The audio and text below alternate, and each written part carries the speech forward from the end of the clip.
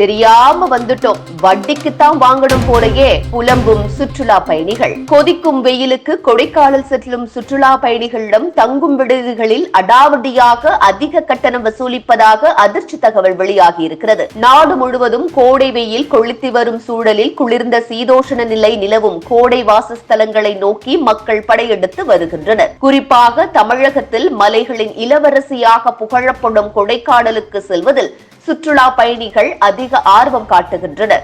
காரணம், மற்ற சுற்றுலா தலமான ஊட்டி, ஏற்காடு பகுதிகளில் பல்வேறு கட்டுப்பாடுகள் இருப்பதுதான்.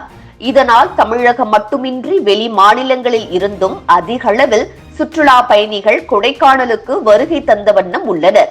குறிப்பாக வெள்ளி, சனி, ஞாயிறு ஆகிய வார இறுதி நாட்களில் கொடைக்கானலில் கூட்டம் களை கட்டுகிறது.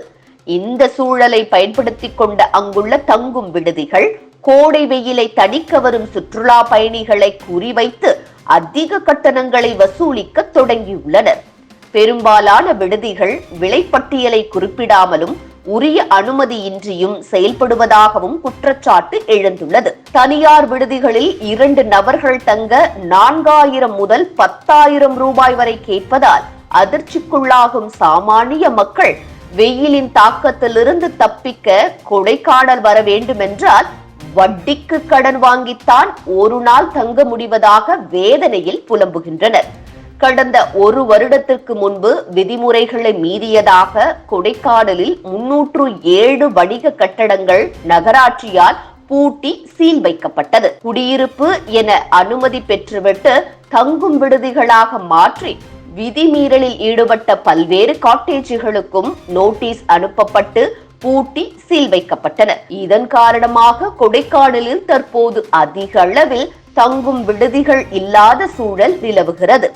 ஆனால் சுற்றுலா பயணிகளின் வருகை நாளுக்கு நாள் அதிகரித்து வருவதால் அனுமதி பெறாத காட்டேஜுகள் புற்றீசல்கள் போல் முளைத்திருப்பதாக குற்றம் சாட்டுகின்றனர் சமூக ஆர்வலர்கள். தற்போது செயல்பாட்டில் இருக்கும் இந்த காட்டேஜுகள் மற்றும் உரிமம் பெறாத தங்கும் விடுதிகள் அதிக அளவிலான சுற்றுலா பயணிகளின் வருகையை ஒட்டி கட்டண கொள்ளையில் இறங்கியுள்ளன. சர்வசாதாரணமாக ஒரு தங்கும் அறைக்கு 4000 முதல் 10,000 ரூபாய் வரை ஒரு நாள் கட்டணமாக வசூலிக்கப்படுகிறது.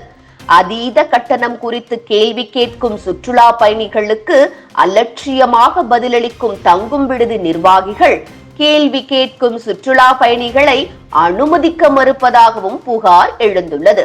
இவ்வாறு உரிய அனுமதியின்றி இயங்கும் தங்கும் விடுதிகள் மீது உரிய நடவடிக்கை எடுப்பதுடன் போதிய தங்கும் வசதிகளை ஏற்படுத்தி தர அரசு நடவடிக்கை எடுக்க வேண்டும் என கொடைக்கானல் வரும் சுற்றுலா பயணிகள் கோரிக்கை விடுத்துள்ளனர். வெயிலை தணிக்க கொடைக்கானலுக்கு செல்வோரிடம் அதனை சாதகமாக வைத்து கட்டண கொள்ளையில் ஈடுபடும் தங்கும் விடுதிகளால் வேதனையையே சந்திப்பதாக சுற்றுலா பயணிகள் புலம்பி வருகின்றனர்.